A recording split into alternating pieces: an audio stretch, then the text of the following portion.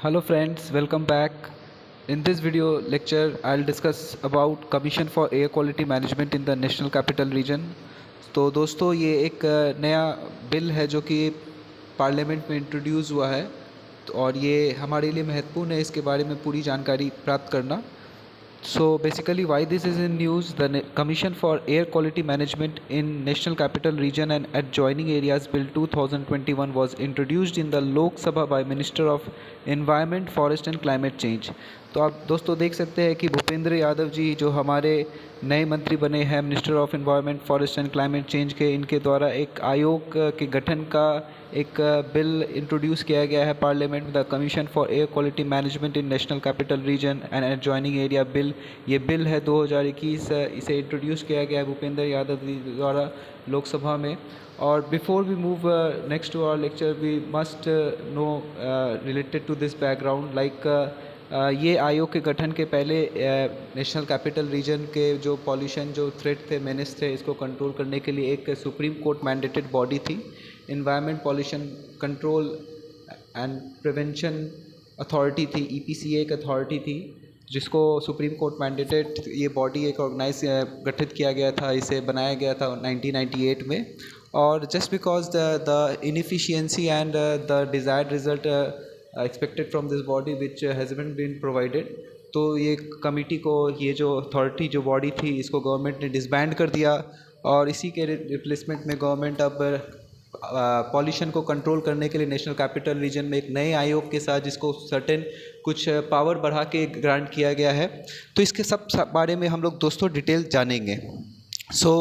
दोस्तों इसमें the bill aims for the constitution of a commission for better coordination research identification and resolution of problems related to air quality in the national capital region and adjoining area. दोस्तों आप देख सकते हो ये जो bill है इसका जो मकसद है एक आयोग के गठन करने का है जो कि बेहतर तरीके से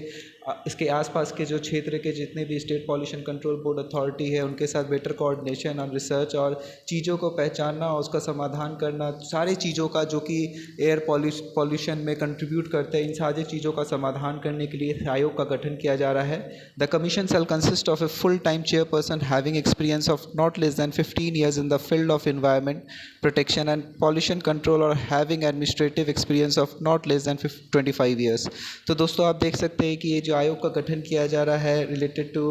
controlling the air pollution in national capital region, तो इस आयोग में जो एक फुल टाइम चेयरपर्सन रहेंगे जिनका एक्सपीरियंस जो होगा that should be not less than 15 years and that experience should be related to the field of environment protection and pollution. या तो उनका एक्सपीरियंस एडमिनिस्ट्रेटिव प्रशासनिक जो एक्सपीरियंस होगा उनका जो अनुभव होगा वो आपको 25 साल से ज़्यादा होना चाहिए दोस्तों. So more to know like the chairperson or a member other than an ex officio member shall hold office for a term of 3 years from the date on which he enters upon his office or until he attains the age of 70 years whichever is earlier and shall be eligible for appointment. तो आप देख सकते हैं दोस्तों जो chairperson या जो member है other than an ex officio member कहने का,